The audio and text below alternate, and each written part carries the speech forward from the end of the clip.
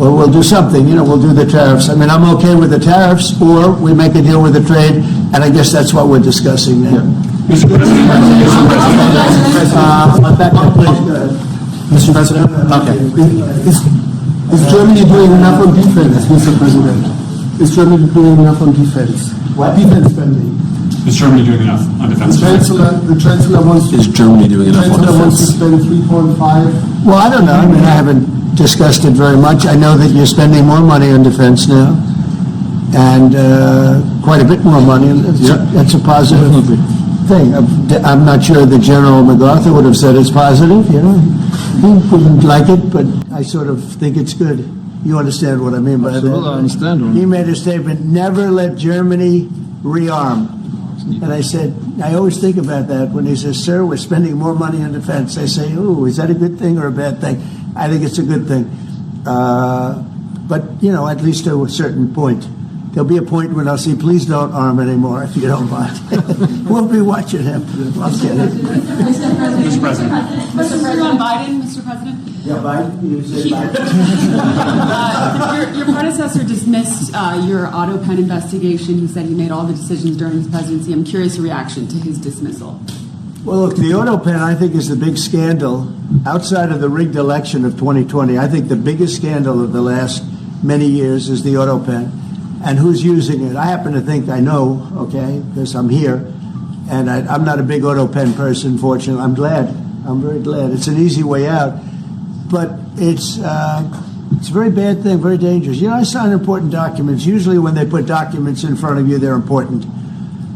Even if you're signing ambassadorships, and I consider that important. I think it's inappropriate. You have somebody that's devoting 4 years of their life or more to being an ambassador. I think you really that person deserves to get a real signature, not an Autopen signature. And I can tell Autopen easily. I can look at it. Like two little pinholes from pulling the paper, right? You always see the pinholes. Yeah. It's real easy to tell about Autopen. I think it's very disrespectful to people when they get an Autopen signature. Outside, Autopen to me are used when thousands of letters come in from young people all over the country and you want to get them back. And, people use Autopens for that, to send a little signature at the bottom of a letter. We have thousands of them. We get thousands of letters a week. And it's not possible to, do. I'd like to do it myself, but you can't do it. To me, that's where Autopens start and stop. But I'm sure that he didn't know many of the things. Look, he was never for open borders. He was never for transgender for everybody. He was never for men playing in women's sports. I mean, he changed. I mean, all of these things that changed so radically. I don't think he had any idea that frankly, I said it during the debate, and I say it now, he didn't have much of an idea what was going on. Mr. President. He shouldn't be. I mean, essentially, whoever used the Autopen was the president. And that is wrong. It's illegal. It's so bad, and it's so disrespectful to our country. Mr. President. Mr. President, will you leave your troops in Germany? And if I may ask a question to the Chancellor to answer in German for the German audience, how has your first encounter been? The answer is yes. We'll talk about that. But if they'd like to have them there, we have a lot of them, about 45,000. It's a lot of troops. It's a city when you think of it. That's good economic development. They're highly paid troops, and they spend a lot of money in Germany. But the relationship with Germany is very important. Yeah, we'll be doing that. No problem. May I say a few words in German to the German public? So, danke für die Frage. Wir sind hier im Weißen Haus und ich bedanke mich beim Präsidenten für den sehr freundlichen Empfang im Oval Office in diesem weltweit bekannten Raum. Ich freue mich sehr, hier zu sein und wir bereiten eine Vertiefung unserer Zusammenarbeit vor. Ich freue mich sehr darüber. Mr. President, you've made... Mr. President. Do you speak English because you speak such good English? Is it as good as your German, would you say? Do you feel more comfortable? No, it's not my mother tongue, but I try to understand almost everything and to speak as good as I can. Very good. It's, Mr. President, you've made... It's an achievement, actually. Mr. President, can we follow up on the Autopen? Thank you, Mr. President. The criticism that I've seen, and I'm sure you've seen, regarding Elon Musk and your big, beautiful bill, what's your reaction to that? Do you think it in any way hurts passage in the Senate, which, of course, what is you're seeking? Well, look, I've always liked Elon, and it's always very surprised. You saw the words he had for me, and he hasn't said anything about me that's bad. I'd rather have him criticize me than the bill, because the bill is incredible. It's the biggest cut in the history of our country. We've never cut. It's about 1.6 trillion in cuts. It's the biggest tax cut. You would say, people's taxes will go way down. But it's the biggest tax cut in history. We are doing things in that bill that are unbelievable. And when you look at what we're doing for small businesses, for people, for middle-income people, all of the things that we're doing, nobody's ever seen anything like it. And Elon's upset because we took the EV mandate, and which was a lot of money for electric vehicles, and they're having a hard time, the electric vehicles, and they want us to pay billions of dollars in subsidy. And Elon knew this from the beginning. He knew it for a long time ago. That's been in there. I would say, JD, that hasn't changed. That's been right from the beginning. Mr. Secretary, that hasn't changed at all, right from the beginning. But I know that disturbed him. He wanted, and rightfully, he recommended somebody from that he, I guess, knew very well. I'm sure he respected him, but to run NASA, and I didn't think it was appropriate. And he happened to be a Democrat, like totally Democrat. And I say, look, we won. We get certain privileges, and one of the privileges, we don't have to appoint a Democrat. NASA is very important. We have great people. General Kane is going to be picking somebody with our. We'll be checking him out, seeing. But he wanted that person, a certain person, and we said no. And I can understand why he's upset. Remember, he was here for a long time.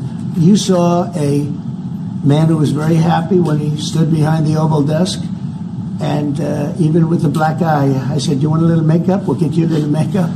But he said, "No, I don't think so," which is interesting and very nice. He wants to be who he is, so you could make that statement too, I guess. Look, Elon and I had a great relationship. I don't know if we're well anymore. I was surprised because you were here. Everybody in this room practically was here as we had a wonderful send-off. He said wonderful things about me. You couldn't have nicer. Said the best things. He's worn the hat. Trump was right about everything. And I am right about the great, big, beautiful bill. We call it a great, big, beautiful bill because that's what it is. And again, biggest tax cuts in history, biggest economic development moves anywhere. We've never done anything like it. Business is spurred. And I don't know if you've seen the numbers, but the numbers came out. Even the CBO, which is run by Democrats, said that we're going to be doing, I'd like you to discuss it, the 2.8 trillion, that CBO. This is a group of people that are Democrats. They're very hostile to us. They just came out with phenomenal numbers, what it does. Do you want to mention that, Scott? Yes, sir. So what we've seen is we keep hearing from the CBO that there's going to be a large deficit from the bill, which we disagree with, but using the CBO scoring, they came out and scored the tariff revenue. We think it'll be the minimum of $2.8 trillion over the 10-year window, which actually puts the bill in surplus if you include the tariff revenue, which they won't do. It gives you a tremendous surplus, but we're not allowed to use that. For some reason, they say scoring. Nobody knows what scoring means. Maybe a couple of people, but nobody. Somebody sits in the background. They say, well, we're not going to allow that. They're not allowing other things that we have that are tremendously profitable for our country. But if you saw the other day, CNBC, they came out with numbers, and the people on the show, very good people, I've watched them for a long time, they couldn't believe the numbers, how good they are. The numbers were incredible, and that was personal income and also very low inflation. We have very low inflation. We're down to 2% now, and maybe even lower than that. And when I took it over, it was a mess. Remember, we had the worst inflation probably in the history of our country. They say 48 years, but let's say I think it's worse than that. So we had the worst inflation in the history of our country under the Biden administration. Now we're down to a beautiful number, 2%. You'd actually like to keep it there. Better than zero is 2%. It's going down maybe to 1, and 1% is like perfect. That's perfect. You don't want to have zero for certain reasons that nobody is very interested to listen to. but we have almost perfect inflation. Grocery prices are down, everything. Remember eggs? We weren't going to buy another egg for the next 20 years. They were so expensive, right? Remember? You guys all hit me about eggs. Eggs have come down 400%. Everybody has eggs now. They're having eggs for breakfast again. But if you look at gasoline, very important. I think always the most important because it's the energy is the biggest factor. That's what happened. He screwed up our energy policy, and everything went up because energy went up. But now energy is way down, and they have states where you're at $1.98 a gallon for gasoline. So the costs have come way down, and one of the things I ran on was that. I ran on the border. We have the best border in the history of our country, 99.99%. It was last week, 3 people came in, 2 of them for medical reasons. We let them in because one of them had a heart attack. I think that was a nice thing to do, and one of them had something else. So we've never I had very good numbers for 4 years, but we really topped it. And I want to thank Christie and Tom Homan. They've done a fantastic job, but nobody mentions that anymore. Remember, a few months ago, the border was a total disaster. People were coming in by the hundreds of thousands of people a day, a week, a month. I mean, we had a month, 2 million people came in 1 month. The border was being overrun, and a lot of bad people, criminals, murderers, drug dealers. We had some of the worst people in the world coming in from all over the world. It's totally closed. And you know what? People are coming into our country, but they're coming in legally. So we've done a great job. Elon knew that. Elon endorsed me very strongly. He actually went up in campaign for me. I think I would have won. Susie would say I would have won Pennsylvania easily anyway, even if the governor ran, the real governor, not the governor from Minnesota, he's a sick puppy, that guy. That poor guy, I feel sorry for him. But they made a bad choice with him. But if you pick Shapiro or anybody else, I spoke to him recently about his house being set on fire, which was terrible. But if they picked him, I would have won Pennsylvania. I won it by a lot. But I'm very disappointed because Elon knew the inner workings of this bill better than almost anybody sitting here, better than you people. He knew everything about it. He had no problem with it. All of a sudden he had a problem. And he only developed the problem when he found out that we're going to have to cut the EV mandate because that's billions and billions of dollars. And it really is unfair. We want to have cars of all types. Electric, we want to have electric, but we want to have a gasoline, combustion. We want to have different. We want to have hybrids. We want to have we want to be able to sell everything.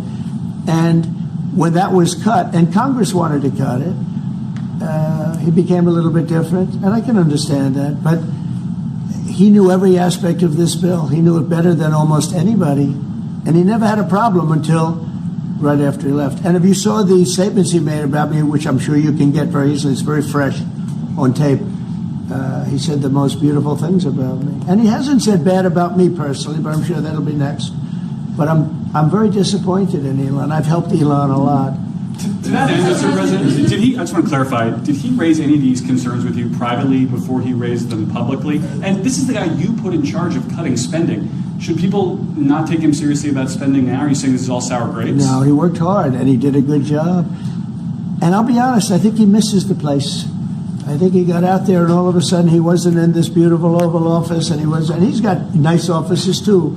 But there's something about this one. I was telling the Chancellor, this is where it is. People come in here, even from Germany. They come in and they walk into the Oval Office, and it's just a special place. It's World War I, it started and it ended here, and World War II, and so many other things. Everything big comes right from this beautiful space. It's now much more beautiful than it was 6 months ago. A lot of good things are happening in this room, and I'll tell you, he's not the first. People leave my administration and they love us. And then at some point they miss it so badly. And some of them embrace it and some of them actually become hostile. I don't know what it is. It's sort of Trump derangement syndrome, I guess they call it. But we have it with others too. They leave and they wake up in the morning and the glamour's gone. The whole world is different. And they become hostile. I don't know what it is. Someday you'll write a book about it and you'll let us know. Yeah. Mr. President, speaking of ending wars in this room, you were very critical of Vladimir Putin a couple of days ago. What kind of play is he playing from your perspective? What are his... Well, look, he got hit. He's been doing hitting, so I understand it. But he got hit hard. And I don't think he's playing games. I think I've always said he wanted the whole thing. I thought he wanted the entire, everything having to do with Ukraine. That's something that would have never happened if I were president. The election was rigged. I didn't get to be president, but I got to be president now. And I think it's a much more important presidency. Other than a couple of things like that, the war would have never happened. The war with Ukraine, with Putin, would have never happened, ever, not even a chance. And it didn't happen for 4 years. And it wasn't thought of. I used to talk to him about Ukraine a lot. It was the apple of his eye, but he would have never done what he did.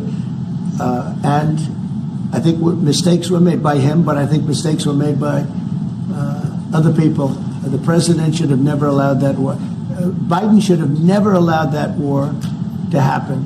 If you had the right guy in here, that war would have never happened. Israel would have never happened with Hamas.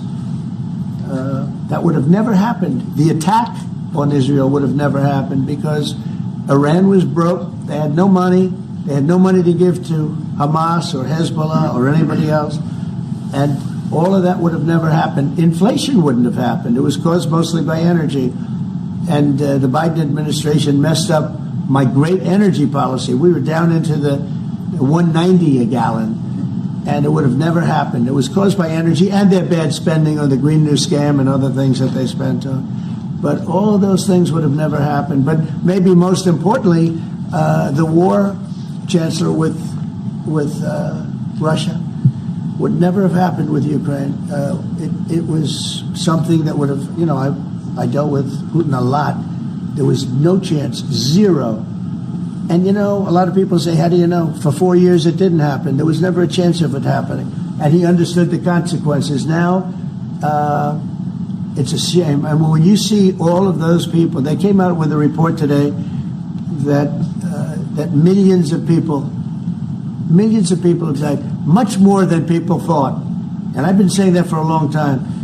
The amount of death in that war is far greater than the news has been reporting, or than, frankly, that either side has been reporting. It's a very sad thing.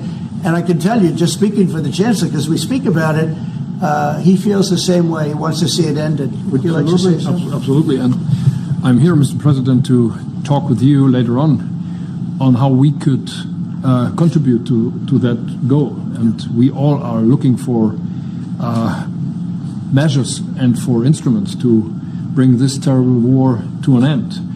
And may I remind you that we are having June 6th tomorrow.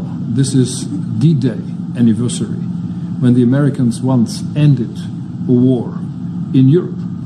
And I think this is in your hand in specific, in ours. That was not a pleasant day for you? No, that was not a pleasant... This was not a great in the day. long run, Mr. President, this was the liberation of my country from Nazi dictatorship. That's true. That's true. And we know what we owe you. But this is the reason why I'm saying that America is, again, in a very strong position to do something on this war and ending this war. So let's talk about what we can do jointly, and we are ready to do what we can. And you know that we gave support to Ukraine, and that we are looking for more pressure on Russia. The European Union did, and we should talk about that. We will talk about it. And, it's good timing. The numbers for our country are through the roof, the economic numbers, because of the election and because of tariffs and other things, a lot of things. But we've had some of the best numbers we've ever had. They were reported yesterday, the day before, and even today. Country's doing really well. I think that one of the things you'd be most interested in is that 6 months ago we were having a hard time getting anybody to join our military. I mean, they just couldn't do it. The numbers were record low. We couldn't get people to join the military. It wasn't me. This was before I got there, the past administration. But 6 months ago, a year ago, the numbers were record low. You couldn't get them to join. That included the police.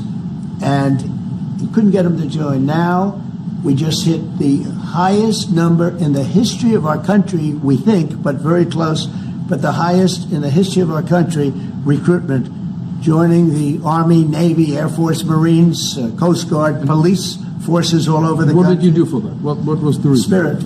They love our country again. You know? You're going to do the same thing. Spirit.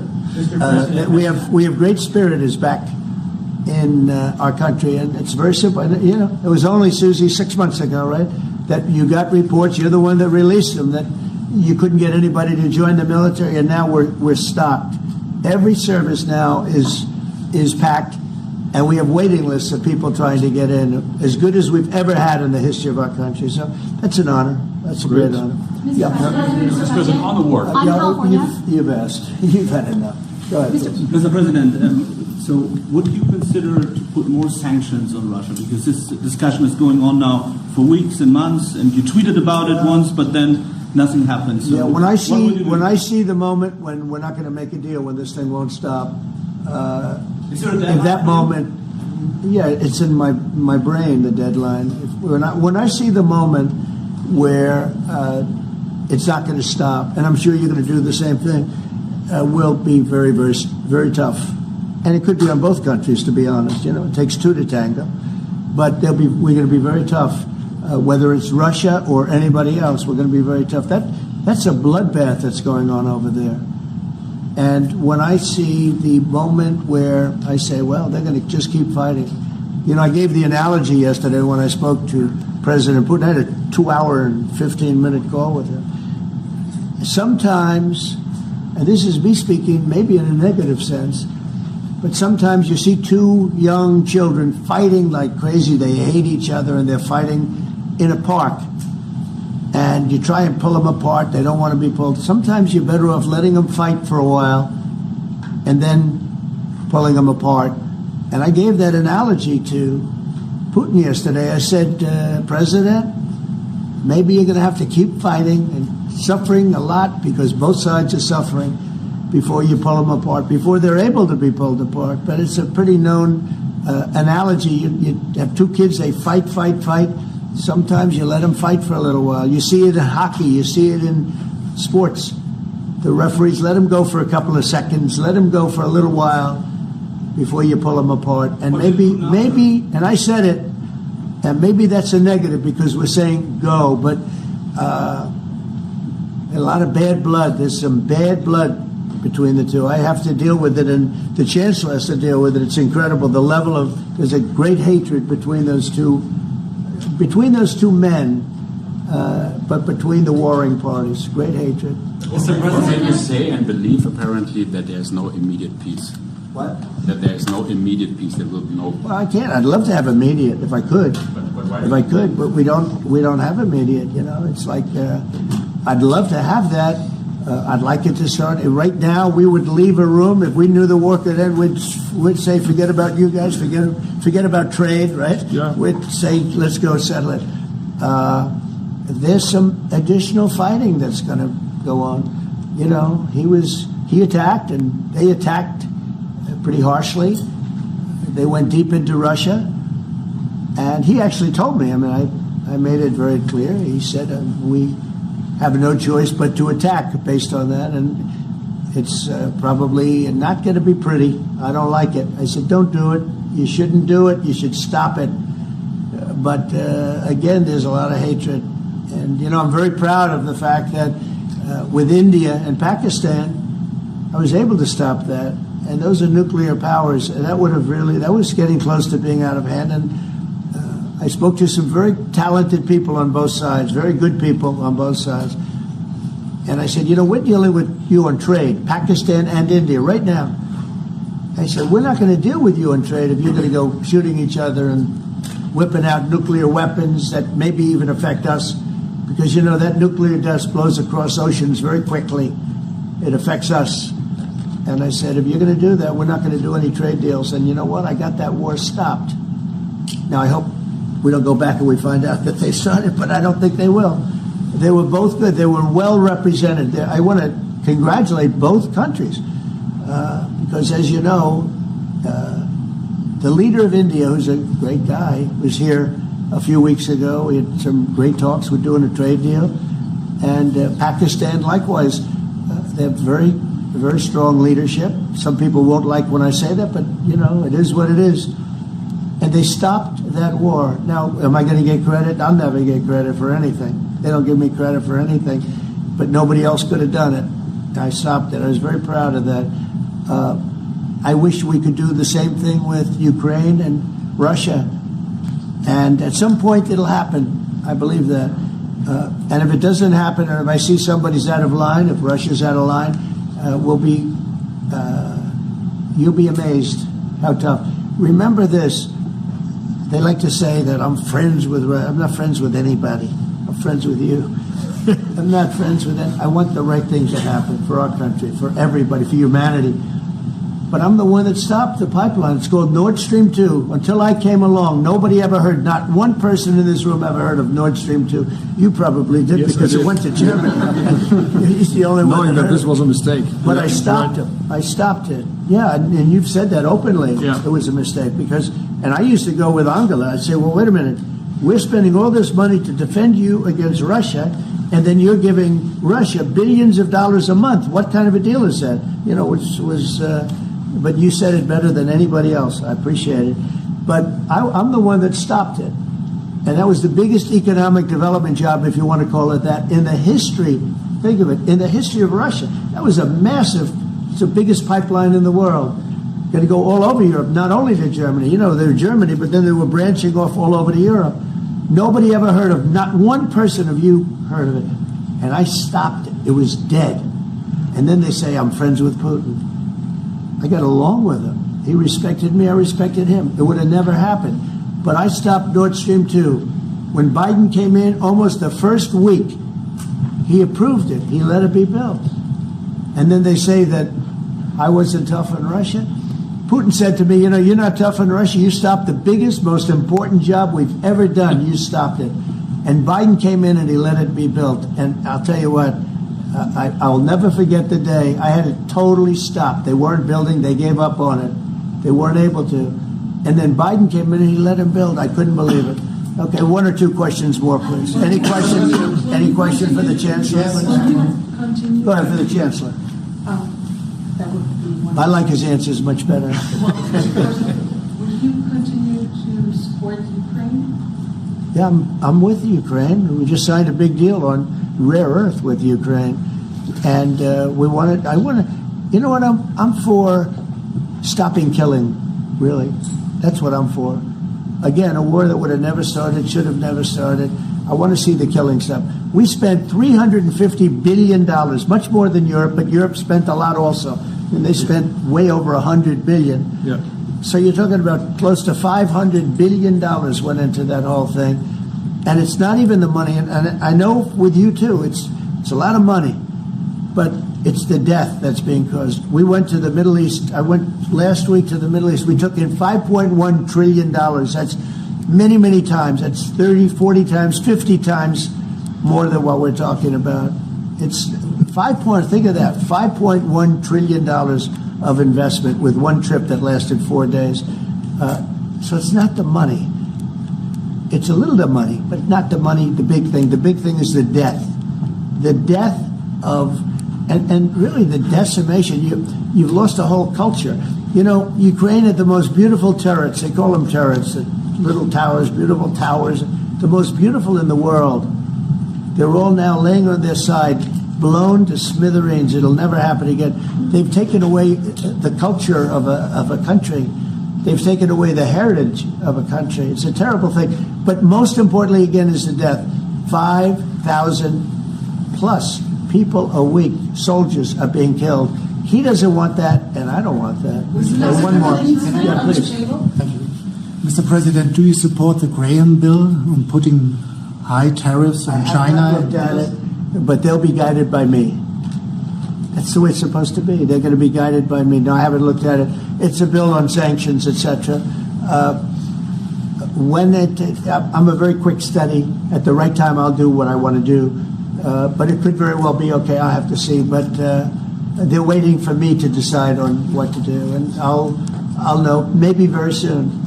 It's a harsh bill. Yeah, very harsh. How about one on Autopen, Mr. President? We'll take one more on Autopen. I would like to have a question to the Chancellor as well, because Do you agree with the analogy the president made on the war between Russia and Ukraine as being a fight between two kids? Is that how you view that as well? And what do you actually want the U.S. president to do in this? Well, I think we both agree on this war and how terrible this war is going on, and we are both looking for ways to stop it very soon. And I told the president before we came in that he is the key person in the world who can really do that now by putting pressure on Russia. And we will have this debate later on again, how we can proceed jointly between the Europeans and the Americans. And I think we are having the duty to do something on that now to stop it after 3.5 years, which is really terrible. Look at the kids, the kids which were kidnapped from Ukraine to Russia. This is all terrible. And so we are talking about instruments, measures, what we can do. And my personal view is clear on that. We are on the side of Ukraine, and we are trying to get them stronger and stronger just to make Putin stop this war. And this is our approach. We get satellite pictures of the war field, and you don't even like to look at them, right? It's terrible. So it's really bodies, arms, heads, legs all over the place. You've never seen anything like it. It's so ridiculous. And this is only by Russian weapons against Ukraine. This had never happened with Ukraine weapons against Russia. Never. Ukraine is only targeting military targets, not civilians, not private, not energy infrastructure. So this is the difference, and that's the reason why we are trying to do more on Russia, how to stop this war. Well, in this case, I'm talking about the battlefield, the soldiers on soldiers. But you could also say that, too, with the cities. The cities are being hit also. So it's a terrible, terrible thing. Right? Somebody said Autopen. Did I hear the word Autopen? Yeah, I was just curious. Because I think it's the biggest scandal maybe in the last 100 years in this country. So when I hear that word, I think it has to be discussed because the fake news will try and hide it, and we can't do that. Well, that's what I'm asking. Have you uncovered any evidence that anything specific was signed without President Biden's knowledge or by other people in the administration acting illegally? Well, I don't think Biden would know whether or not he signed it. I'm asking if you've uncovered any of that information. No, but I've uncovered, the human mind. I was in a debate with the human mind, and I didn't think he knew what the hell he was doing. So, it's just one of those things, one of those problems. We can't ever allow that to happen to our country. The danger our country was in, and I know some of the people that worked with him, radical left, horrible people.